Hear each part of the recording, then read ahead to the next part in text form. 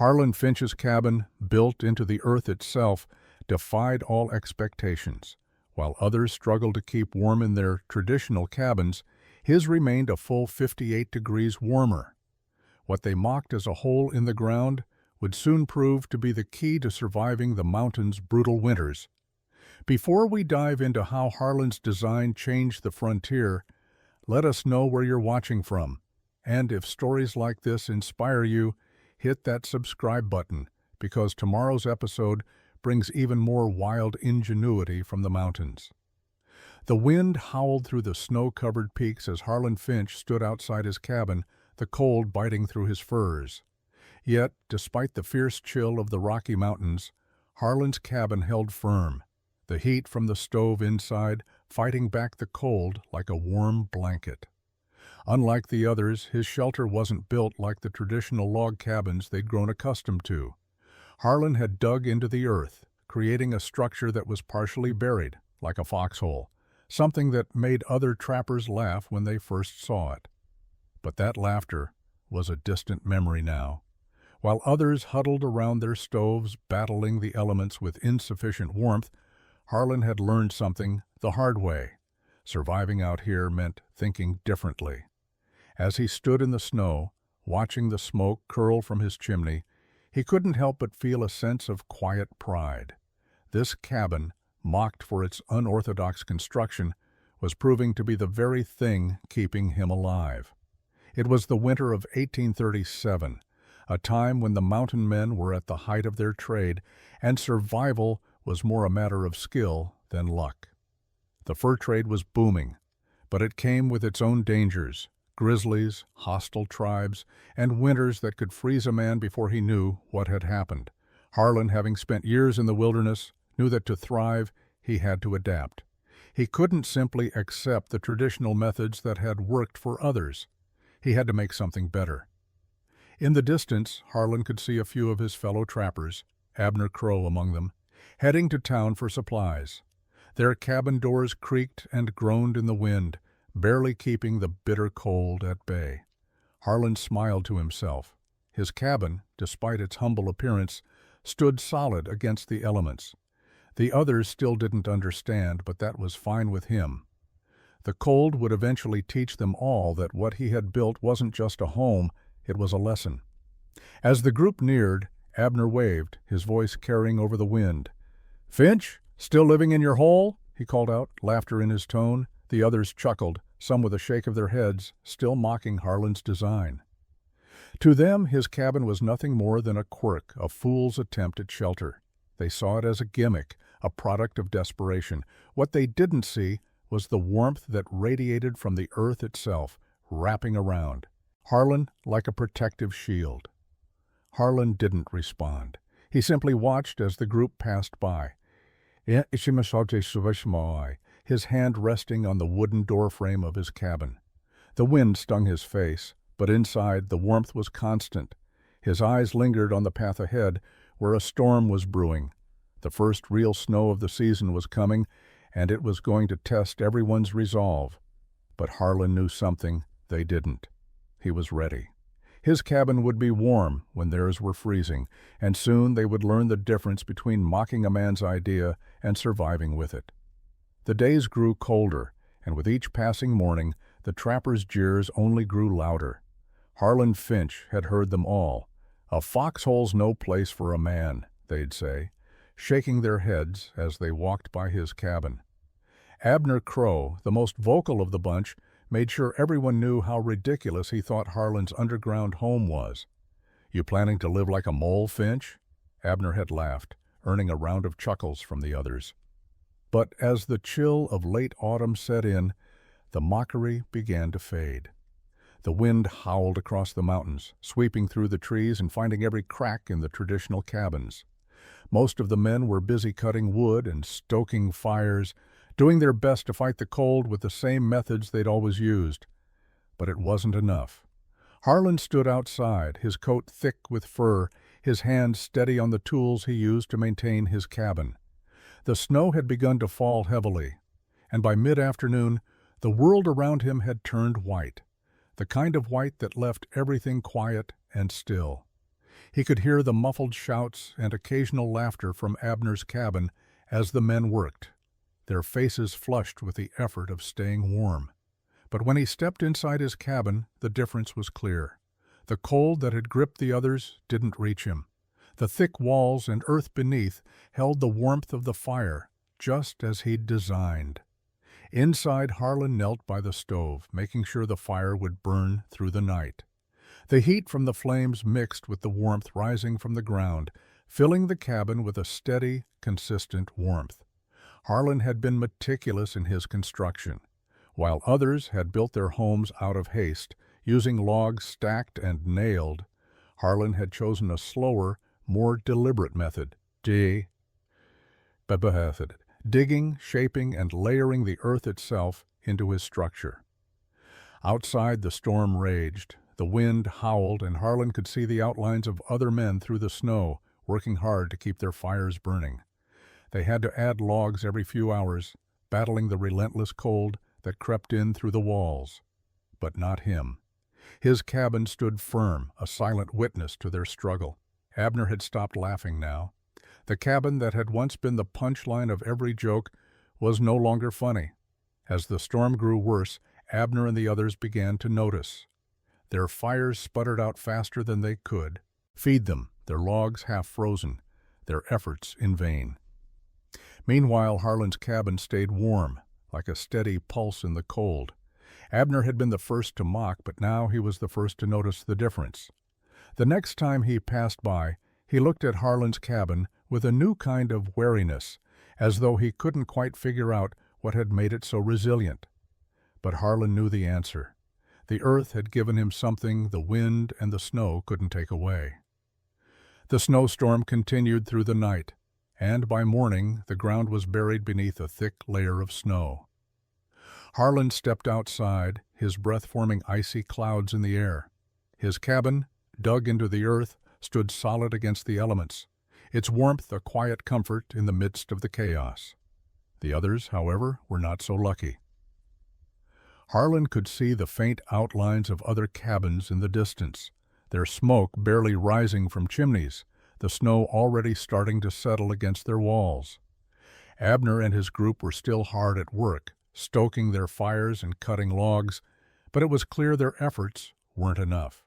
The cold seeped into their cabins faster than they could keep up with. Harlan felt a twinge of guilt watching them struggle. He had built his cabin with care, with the knowledge that the mountain winters would be brutal. But he had also built it with an understanding that the others hadn't yet grasped. That true survival wasn't just about fighting the cold, but about outlasting it. That afternoon, as the storm showed no sign of easing, a lone figure appeared in the distance. It was Everett "Rhett" Jacobs, a nearby trapper who had often crossed paths with Harlan over the years. Rhett's cabin, like the others, was a standard build, logs stacked hastily, a small stove at the center, and cracks in the walls that let in the cold, no matter how many layers of blankets were piled inside. Rhett was tall, with broad shoulders and a thick beard, and as he approached Harlan's cabin, he looked tired, his cheeks red from the wind. "Finch," Rhett called out as he reached the cabin, his voice strained. "Mind if I take shelter for a spell? The storm's got us trapped in." Harlan nodded, stepping aside to let the man in. Rhett's boots were covered in sasso, and he wiped his brow as he entered the warmth of the cabin. Harlan could see the relief in his face as he felt the heat. "Damn," Rhett muttered. "This place is like a furnace." "What's your secret, Finch? This ain't like any cabin I've seen before." Harlan smiled, the warmth of the fire reflected in his eyes. "No secret," he said simply. "Just dug in deep." Rhett looked around, his eyes taking in the unusual design.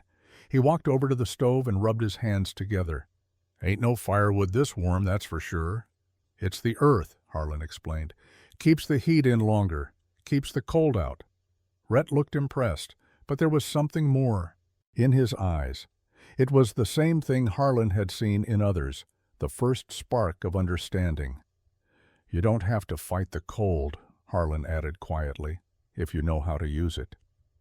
As Rhett settled into a corner of the cabin, The storm outside continued to rage, but for the first time in days, he was warm. The wind and snow might have been able to tear at the world outside, but inside Harlan's cabin, everything was still. Everything was safe. And in that quiet, Harlan knew he had built something that would last long after the storm had passed. As winter settled in, the mountain landscape transformed into a frozen wasteland, the biting wind cutting through the trees and the snow blanketing everything in sight. Harlan Finch stood in front of his cabin, his breath visible in the air, watching the others prepare for the coming storms. The first of many had arrived, and he could feel the weight of it in his bones. Yet, inside his cabin, the warmth from the fire was already making the space feel like home. Abner Crow and the others were still cutting firewood, gathering supplies for the long winter ahead. Their efforts, however, seemed futile as the storm intensified. No matter how much wood they gathered, no matter how much they stoked the fires, the cold crept in relentlessly, slipping through every crack and gap in their cabins. Harlan, on the other hand, had already sealed his cabin up tight, knowing that the earth beneath would help hold the warmth inside. Inside his cabin, Harlan leaned back against the wall, listening to the wind howl outside. His fire burned steadily, and the warmth radiated through the ground. He could feel it in the air, in his bones. The storm would pass, just as all the others did, but his cabin would remain warm long after the others had turned to smoke and cold. As the days passed, Harlan could hear the sounds of the others struggling against the elements. Abner's cabin, once full of laughter, had grown silent. Even from a distance, Harlan could see the smoke billowing from their chimneys, but it was thin and weak, struggling to stay afloat in the storm. Abner had come by earlier in the day, a grim look on his face. "This storm's relentless," he had said, rubbing his hands together. "We can't keep this up much longer." Harlan had nodded in acknowledgement, but there was nothing more to say. He had built his cabin to withstand the storms, not just survive them, but thrive in them. And now, with the temperature plummeting, the true test was about to begin. As nightfall approached, Harlan stepped outside and gazed at the horizon. The winds picked up again, and he could feel the pressure of the storm building. But inside his cabin, he was confident. The warmth of the earth, the strength of his design, would carry him through. Tomorrow would bring more cold, more isolation, and more suffering for the other trappers. But Harlan's cabin, mocked as a hole in the ground, would continue to provide the warmth and safety he needed to survive. The storm had come, but it would not defeat him. By morning, the snow had settled thick on the ground, and the wind had only gotten fiercer. Harlan Finch stood at the door of his cabin, staring out at the blanket of white stretching endlessly before him. His hands were steady as he adjusted the fire, making sure it burned low but constant, heating the earth beneath. He had learned long ago that the strength of his shelter lay in how it worked with the land, not against it. Across the way, Abner Crow's cabin stood barely visible through the storm. A thin curl of smoke rose from its chimney, but it wasn't the thick, steady plume that Harlan's fire produced. Harlan had noticed it the night before. The smoke seemed to dissipate too quickly, like the cabin couldn't hold the heat. And now, as the storm continued, the telltale signs of trouble were starting to show. Abner was outside, working frantically to chop wood, but his movements seemed hurried, erratic, as if the cold was getting to him. Harlan's eyes narrowed, and he knew this was the moment of truth. The storm had a way of exposing the weaknesses in everything. What had once been a source of mockery for Abner and the others, Harlan's earthbound cabin, was now looking like the only real defense against the elements. By midday, the storm intensified. Harlan couldn't help but notice the way Abner and his crew struggled with the cold. He could hear their grumbling from a distance and the sound of a hammer pounding against wood. It wasn't a good sign. The winds tore at their cabin walls, forcing them to reinforce the roof, but it was clear that their efforts were futile. Harlan's cabin, dug into the earth and shielded by the very land beneath it, stood unwavering. After several hours, Harlan heard the unmistakable sound of approaching footsteps through the snow. Abner's face appeared through the window, pale from the wind and his efforts. His voice cracked when he spoke. "Finch, I need a hand," he said. "The cold's getting in. I can't keep the fire going." Harlan didn't hesitate. He stepped outside, his boots crunching in the fresh snow. As he approached Abner's cabin, he could feel the cold creep into his bones, despite the layers of clothing. Abner had tried, but he wasn't prepared for the reality of the storm. Harlan reached out, his hand on Abner's shoulder, and nodded toward his own cabin. "Come on," he said. "Let's get you inside. It'll be warmer there." Abner nodded, his face grim. He knew better now. The storm was no longer just a test of endurance.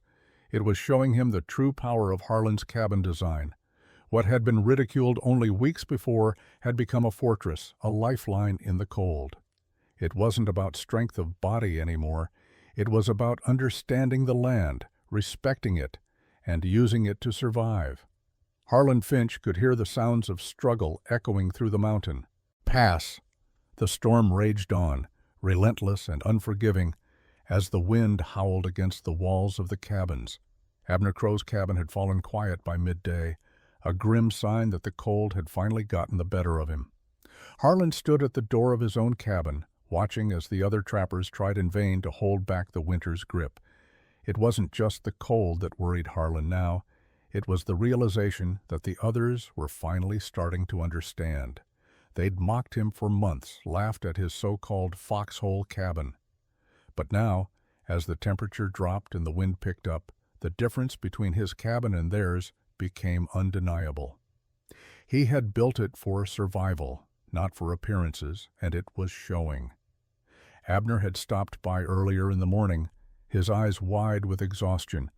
"Can't keep the fire going," he'd confessed, his voice shaking from the cold.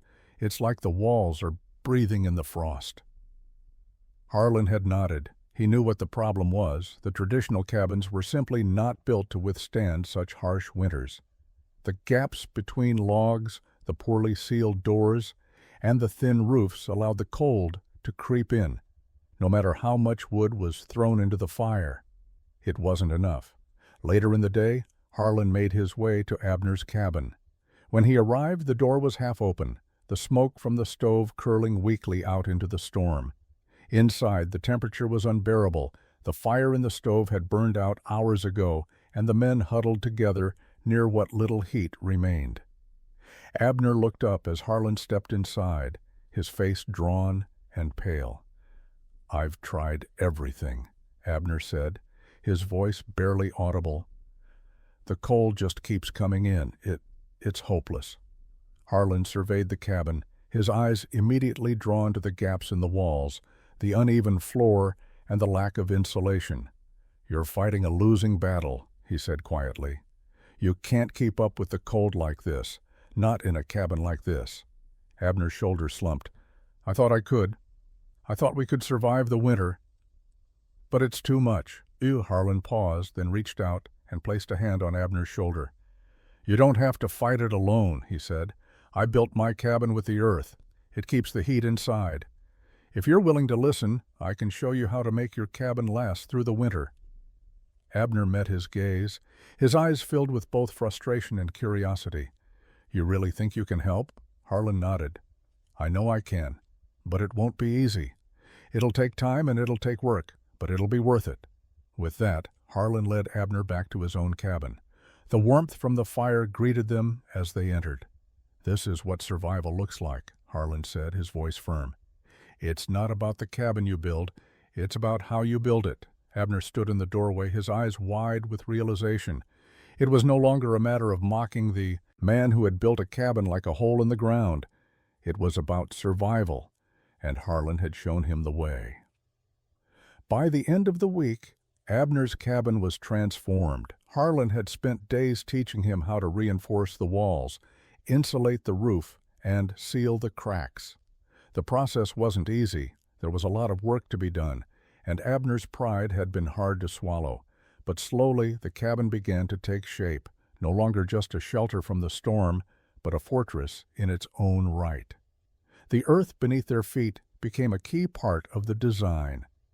Harlan had shown Abner how to dig into the ground for better insulation, how to pack the walls with earth and straw to keep the cold at bay.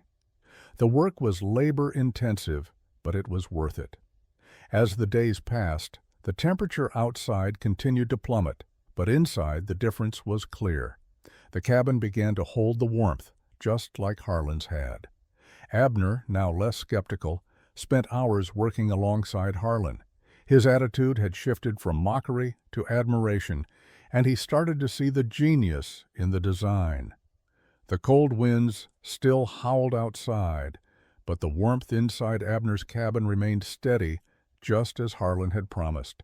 It was no longer a matter of keeping the fire stoked constantly. The earth and the reinforced walls kept the heat inside, giving them a constant, reliable warmth. The other trappers took notice. Harlan had always been a quiet man, content to work in solitude. But now, as word spread about the changes to Abner's cabin, more men came to ask questions, to learn what Harlan had done. The once mocked Foxhole cabin was no longer a joke.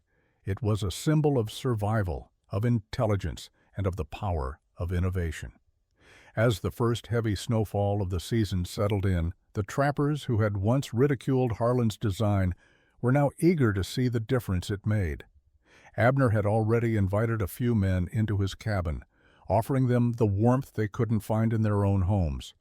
The cabin, though still a work in progress, was already holding the heat. And as they gathered around the fire, Harlan could see the shift.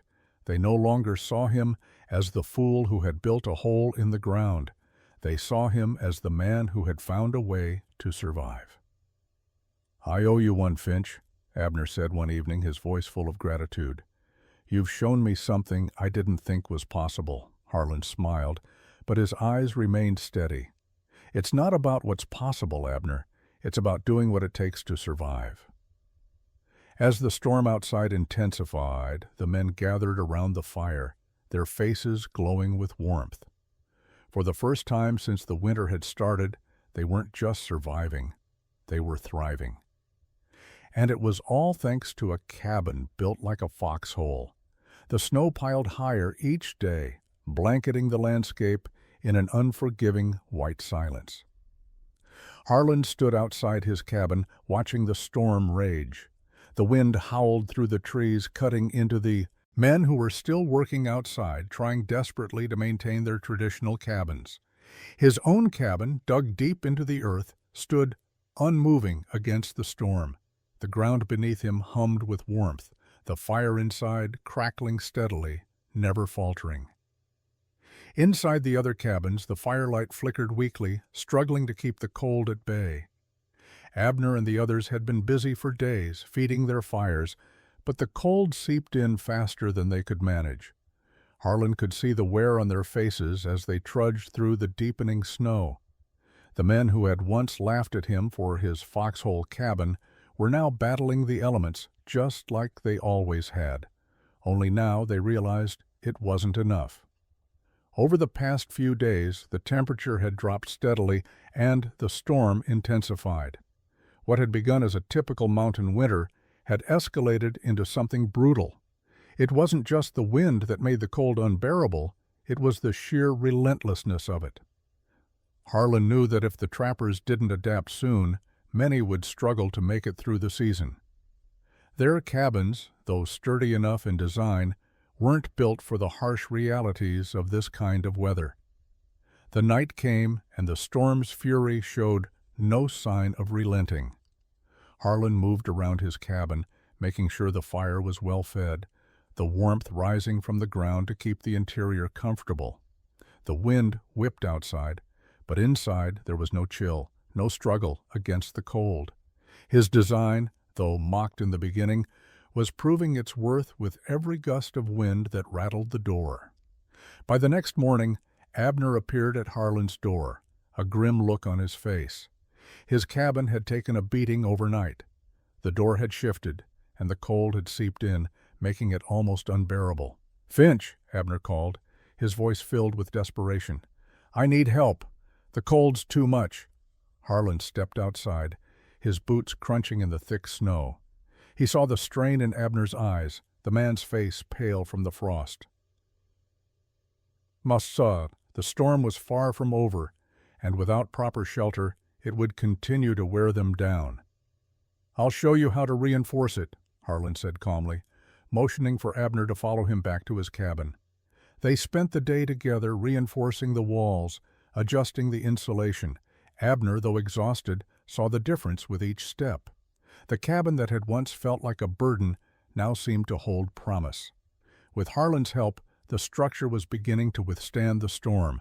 By the time the sun set, the cabin was warmer, steadier. It wasn't perfect, but it was a start.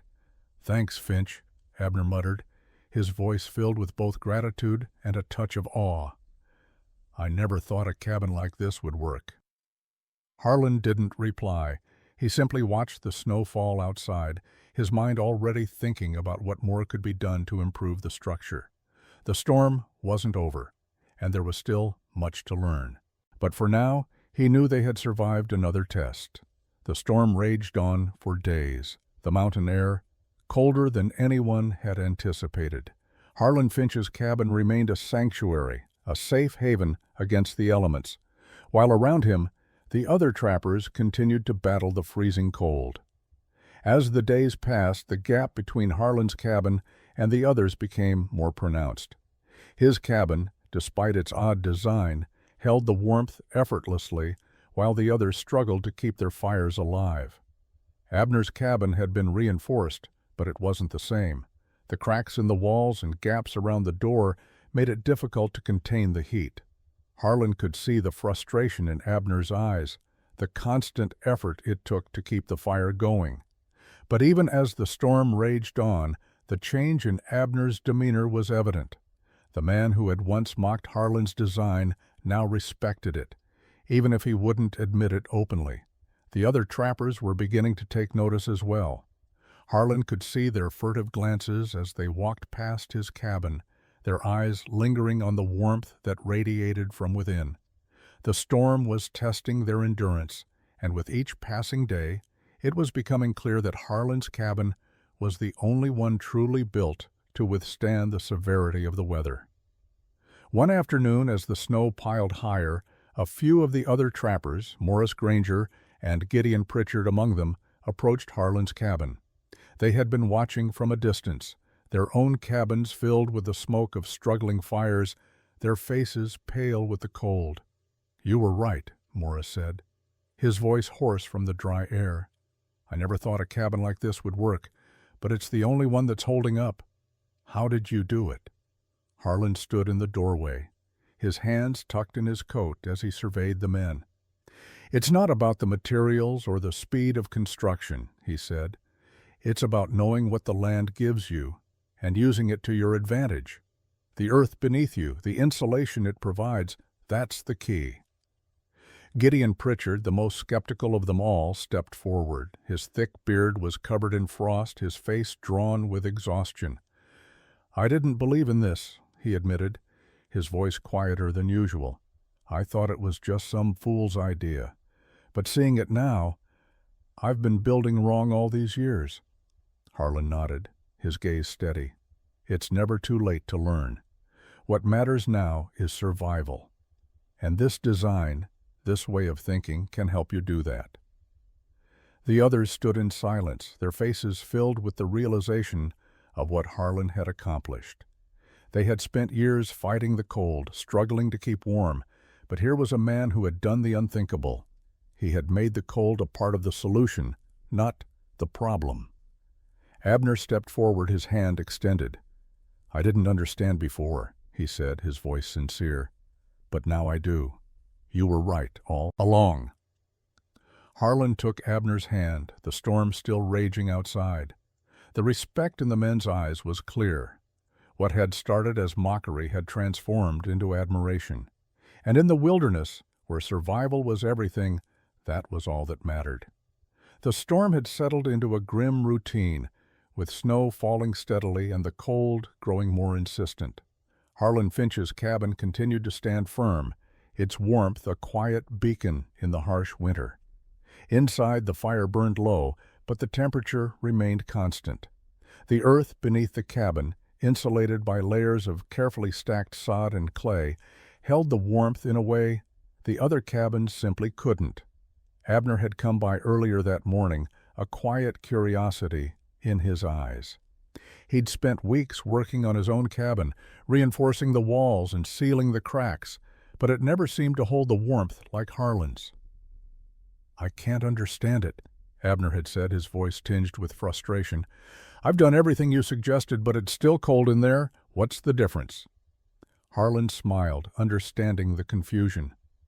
The other men had tried, but they hadn't truly understood the relationship between the cabin and the land beneath it. "It's about how you use the earth," Harlan explained. "It's not just insulation, it's a partnership with the land itself. You're not just building walls, you're creating a structure that works with the ground." The problem, Harlan knew, was that most trappers saw the earth as an obstacle, something to be dug through or ignored. But for Harlan, it had always been part of the solution. The ground was naturally cooler in the summer, but in winter it retained enough warmth to keep a cabin livable if treated properly. The soil, packed tightly between the logs, provided insulation, while the layers of straw and clay created a barrier that prevented the heat from escaping. As he spoke with Abner, Harlan walked outside to where the snow had begun to settle. He kneeled down, his hands brushing the frozen earth. "It's about understanding the balance," he continued, his fingers skimming the snow-covered ground. "You have to think of the cabin as a living thing. The earth will hold the heat if you give it the chance. If you build in a way that allows the earth to work for you, you'll stay warm. But you have to do it the right way." Abner watched him closely, clearly trying to grasp the concept. "I've been thinking of the earth as something to fight against," he admitted, "not something to work with." Harlan nodded. "That's where the mistake lies. The earth is part of the equation. You just have to understand how to make it work for you." As the evening drew on, Harlan continued to work, adjusting the fire and ensuring the warmth stayed steady. Abner left later, his mind racing with the possibilities. Harlan knew that the other trappers, once skeptical, would begin to see the value in this new approach. The earth was no longer just a backdrop to their survival, it was integral to it. Weeks had passed since Harlan Finch first shared the secrets of his cabin design. As the storm raged on, the other trappers began to see the wisdom in his approach. Abner's cabin was no longer just a shelter, it was becoming a place of refuge, with warmth that lasted through the bitter nights. Other trappers, once mocking, now curious, had begun to reinforce their own cabins, seeking out Harlan's advice on how to adapt their structures for the long winter. Harlan had never sought fame or recognition for his design. He had simply wanted to survive, and through trial and error, he had discovered something that worked. Now, as the snow continued to fall, he saw the ripple effect of his actions. The men who had laughed at him were now the ones asking for his guidance. One morning, as Harlan tended to the fire in his cabin, a group of trappers arrived, led by Gideon Pritchard. The man, whose skepticism had been the loudest, now looked at Harlan with a different sort of respect. "Finch," Gideon called out, his voice softer than usual, "we've been talking. We want to build cabins like yours. Can you show us how?" Harlan looked at the group, his face calm. He had seen this coming, but it still struck him with a sense of quiet satisfaction. "It's not about just building a cabin," he said. "It's about understanding how it works with the land. If you're willing to listen, I can show you." The group followed him outside as Harlan began explaining the process, from selecting the right materials to digging into the earth for insulation. They asked questions, listened intently, and began to understand that the secret to surviving the winter wasn't in simply stacking logs, it was in creating a structure that was in harmony with the land. By the time the day ended, Harlan had shared the basics of his design with the group. They returned to their own cabins, determined to put the lessons into practice. For the first time since the storm began, Harlan felt a sense of fulfillment, not just from the warmth of his own cabin, but from the knowledge that his innovation would now spread to others. As the snow continued to fall, Harlan knew that his design had changed the way the men in these mountains would survive. The legacy of his work wasn't just in the cabins that stood firm against the storm, it was in the lessons learned, the shift in thinking that would last long after the winter passed. And though he would never claim credit for it, Harlan knew that the cabins he had built, and the ones that would come after, would stand as a testament to the quiet ingenuity that had saved his life, and now many others. The days were getting shorter, and the storm had worn on long past what anyone had expected. The snow kept falling, and the mountain was a winter wasteland. But inside Harlan's cabin, the warmth never faltered. Abner Crow had been a constant visitor, and with each passing day, the skepticism in his eyes diminished. His cabin, now reinforced with the lessons Harlan had taught him, stood up better to the cold. But it wasn't just the structure that had changed. Abner's whole attitude had shifted. Harlan could see it in the way Abner moved now, less with the defiance of someone who had been wrong, and more with the quiet satisfaction of a man who had learned something valuable. The stubborn pride that had once made Abner dismissive was slowly being replaced by humility. One morning, Abner came by earlier than usual. The wind howled in the distance, but the warmth of Harlan's cabin greeted him as soon as he stepped inside. Abner, his face weathered and tired, took a seat near the fire, rubbing his hands together. "Finch," he began, his voice low, "I didn't understand. I thought you were just being stubborn, trying to survive in some damn hole, but now, hell, I don't know what to think." Harlan said nothing at first. He continued to stoke the fire, letting the silence settle. The storm outside was fierce, but inside it was peaceful. That was all that mattered. Abner continued, his eyes studying the cabin, the warmth radiating from the walls. "I thought I could just outlast the cold, keep the fire stoked. But I see now what you were talking about." Harlan nodded slowly, his face unreadable. "The cold's a beast. You can't fight it head on. You've got to build around it, work with it." Abner sat in silence for a while, clearly processing the words. Harlan knew it wasn't easy to admit when you'd been wrong, especially when it came to something as fundamental as survival. The other trappers still didn't quite understand what he had done, but they were starting to come around. Abner, though, had seen firsthand the difference between a cabin that worked with the earth and one that just battled against the weather. "I've been thinking about it a lot," Abner said, looking up from the fire. "About what you said. The earth is part of it. I fought it, tried to build something quick and simple, but that's not enough." He paused, the weight of his words sinking in. "I get it now, Finch. You weren't just building a cabin. You were building a way to survive." Harlan met his gaze. "That's what it's all about, survival, not perfection." Abner nodded again, his expression softer now. "I'm going to keep at it," he said, standing to leave. "I've learned a lot from you, and I'll make sure I remember that." As he stepped out into the wind, he didn't look back. Harlan watched him go, the quiet satisfaction of knowing that the lessons had taken root. As the storm finally began to fade, Harlan Finch found himself looking out across the valley, watching the landscape slowly come back to life beneath the blanket of snow.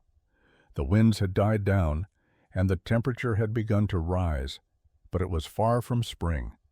The mountains had only begun to thaw, and the season of fierce winter was far from over. But Harlan felt something different now. It wasn't just the warmth in his cabin. It was the awareness that the work he had done had not only kept him alive, but had given others a chance to do the same.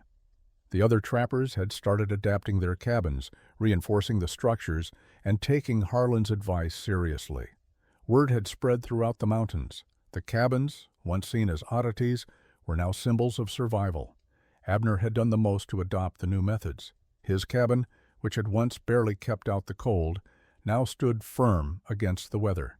Abner, too, had taken to teaching others the way Harlan had taught him. The ripple effect of the new cabin designs was starting to spread. But for Harlan, the real test would come soon enough. As spring approached, the mountain men began preparing for the trapping season. Harlan knew that if his cabin could stand up to the harsh winter and the unpredictable storms, it would easily survive the spring and summer. But there was one more thing he wanted to test: how well the cabin would hold up against a bear. The previous summer, a grizzly had approached his cabin, testing the structure, but had failed to gain entry.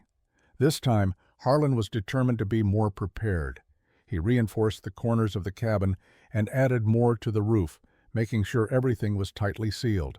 It was a precaution, but it was one he'd learned the hard way to never underestimate.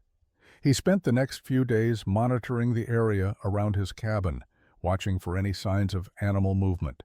The mountain was waking up again, the wildlife beginning to stir, and Harlan knew that it was only a matter of time before he'd face another challenge. This time, though, he felt ready. His cabin wasn't just built to withstand the cold, it was built to stand strong against whatever the wilderness could throw at it. As he sat by the fire, watching the last of the storm pass, Harlan felt a quiet confidence settle over him. His cabin and the methods he had developed were no longer just his secret. The mountain men were starting to understand, and the bears, if they ever came again, would find nothing but solid walls standing between them and the warmth inside. The days continued to shorten as autumn edged toward winter again. But there was a subtle shift in the air this year. The mountain men, once skeptical of Harlan Finch's unconventional cabin, had begun to change their tune. Word had spread about his design, how his cabin withstood the harshest of storms while others faltered.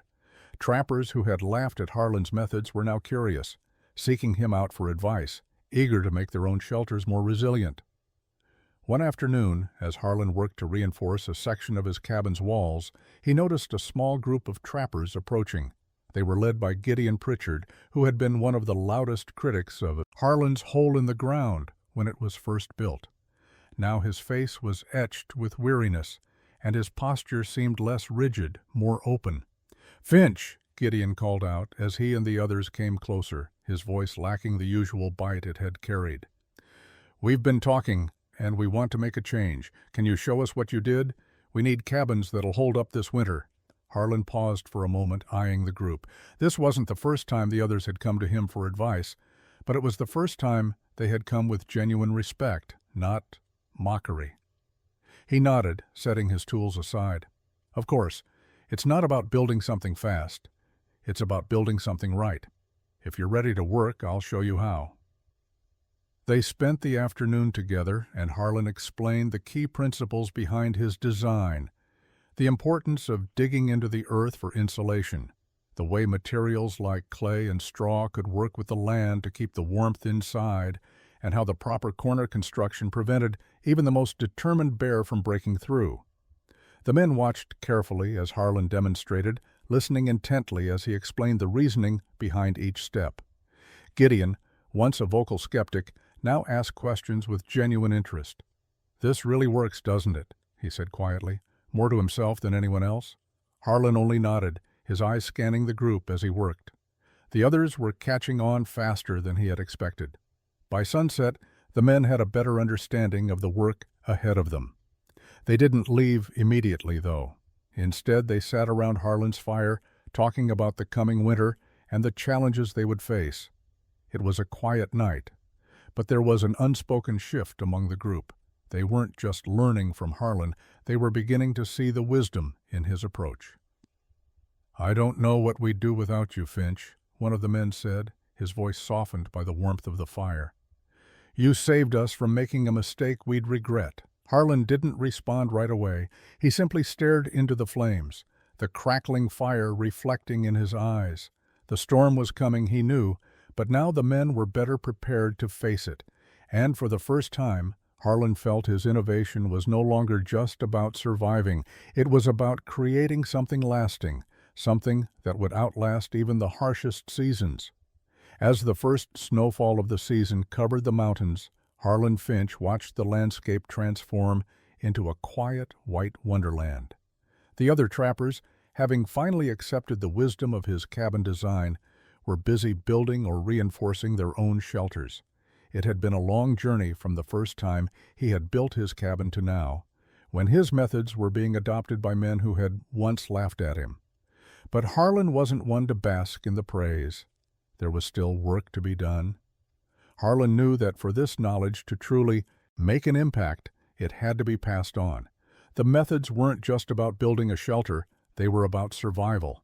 And in the mountains, where winter could swallow a man whole, knowing how to build a proper cabin was as crucial as knowing how to hunt or trap. Harlan had learned this the hard way after losing his partner to a bear attack. His obsession with improving cabin construction had saved him that night, and many others since. Now, it was time to teach the others what he had learned. He spent the next several weeks visiting nearby camps, teaching the trappers how to dig into the earth for warmth, how to reinforce their structures, and how to make their cabins impervious to the dangers of the wilderness. Some of the men, like Abner, were quick to adapt, seeing the benefits right away. Others, more set in their ways, resisted the change. But over time, even the most stubborn began to see the value of what Harlan was offering. One afternoon, as Harlan made his way to a neighboring cabin to check on a few of the trappers, he overheard a conversation that caught his attention. A group of men stood outside, discussing the changes they'd made to their cabins, comparing the warmth they were now experiencing. Their conversation was filled with gratitude and admiration for Harlan, but there was something more in their words. They were no longer just grateful. They were proud of what they had accomplished. Harlan paused outside, watching them from a distance. The men were no longer just learning. They were adapting, building on what Harlan had shared. They were taking ownership of the knowledge, making it their own. It was then that Harlan realized his work was no longer just about surviving another winter. It was about ensuring that the next generation of mountain men would survive too. The legacy of his cabin and the lessons it carried would continue long after he was gone. As the winter deepened and the men in the mountains prepared for another season of trapping, Harlan felt a quiet sense of fulfillment. The storm was still coming, but now the men of the mountain were no longer alone in the cold. They had each other, and they had the knowledge to survive. And that was more than enough. As the long winter settled in, the trappers were beginning to truly understand the value of Harlan Finch's cabin design. The initial curiosity had turned into full-fledged respect, and soon enough, the mountain men who had once ridiculed his methods were adopting them as their own. It wasn't just the warmth of the cabins that impressed them, it was the way the earth seemed to hold the cold at bay, and the way the cabin became a fortress, protecting them from the wilderness outside. The first major test came one frigid afternoon when a large grizzly bear was spotted near the trapping grounds.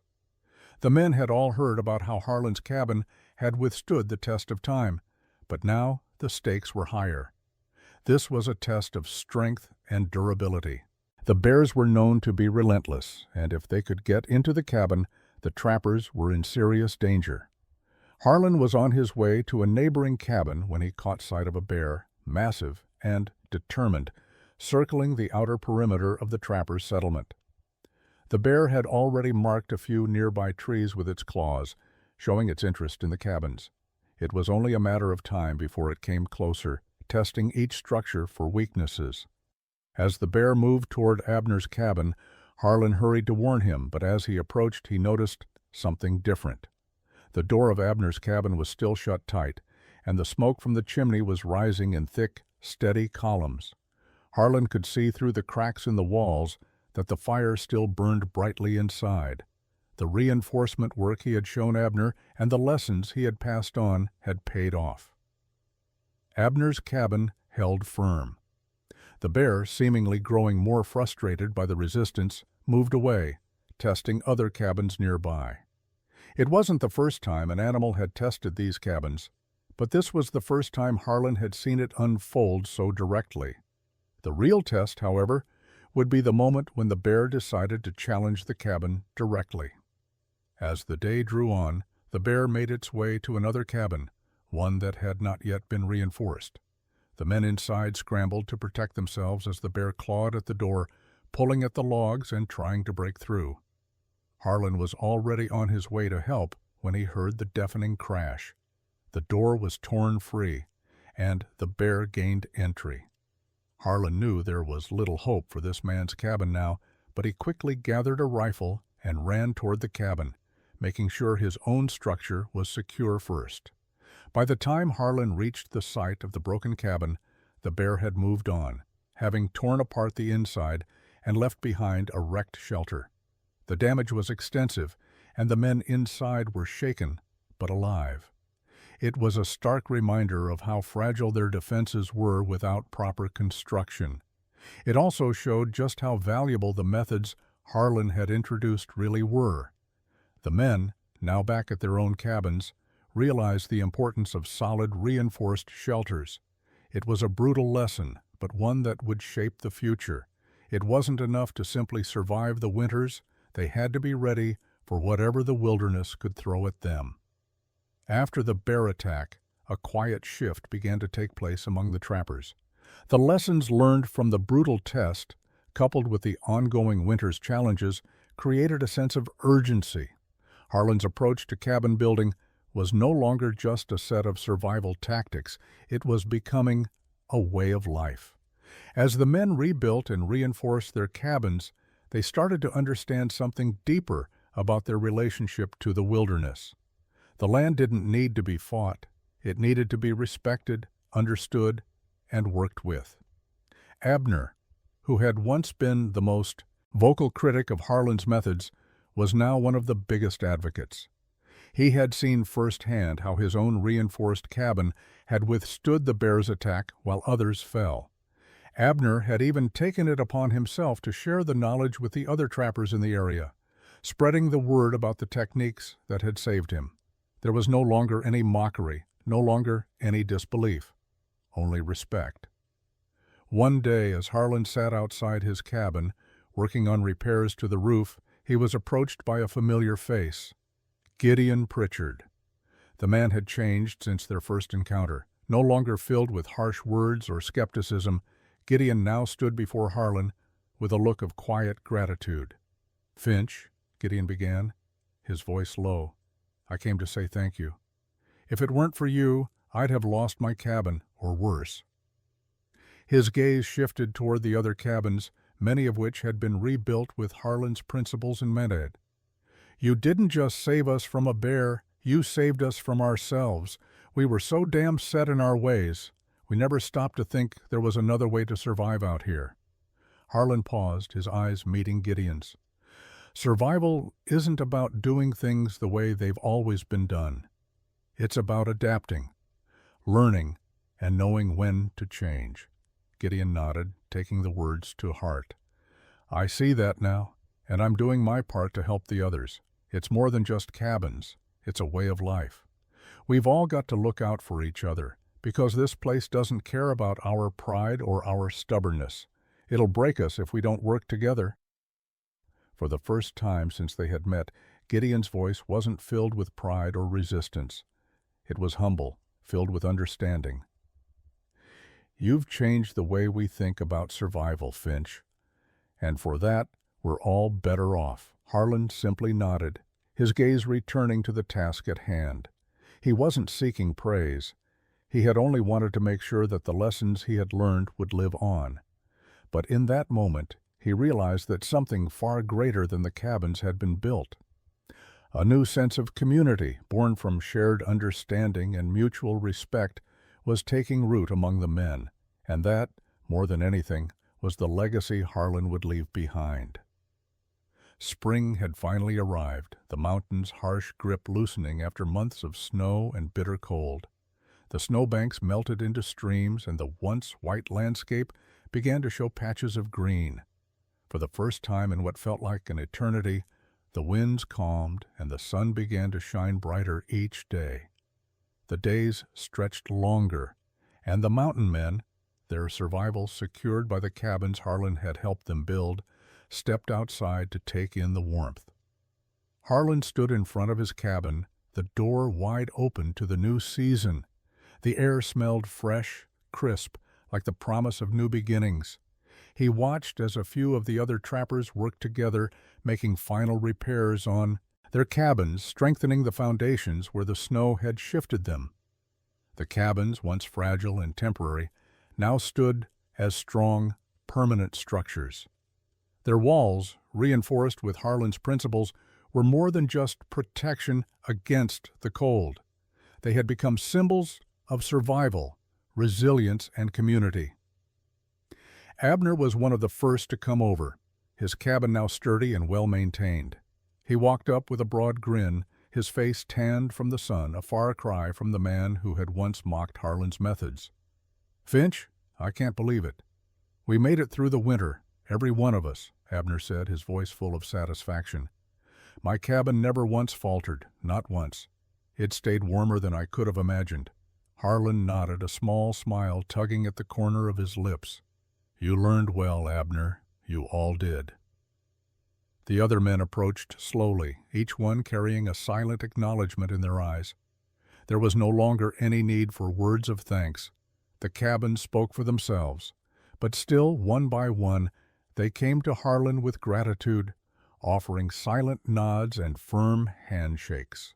The respect they once mocked had turned into genuine admiration, not just for his cabin, but for the way he had helped them see beyond their old methods. They understood now that survival wasn't just about outlasting the elements. It was about adapting, learning, and thinking beyond the usual limitations of the land. As Harlan watched them work, his mind wandered to the long road that had led him here. He remembered the long nights spent alone in his cabin, the quiet struggles, the fears, and the small victories. His cabin, once built out of necessity, had become a beacon of change, not just for himself, but for the men who had once laughed at his methods. The world around him had changed, and he had played a role in it.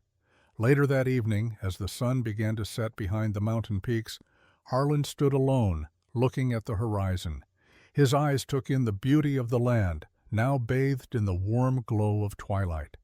He had spent years learning how to survive in this harsh wilderness, but it was only now, after seeing the transformation in the men around him, that he truly understood the power of what he had built. His legacy would live on, not just in the cabins, but in the men who now knew how to survive, not by brute force, but by working with the land.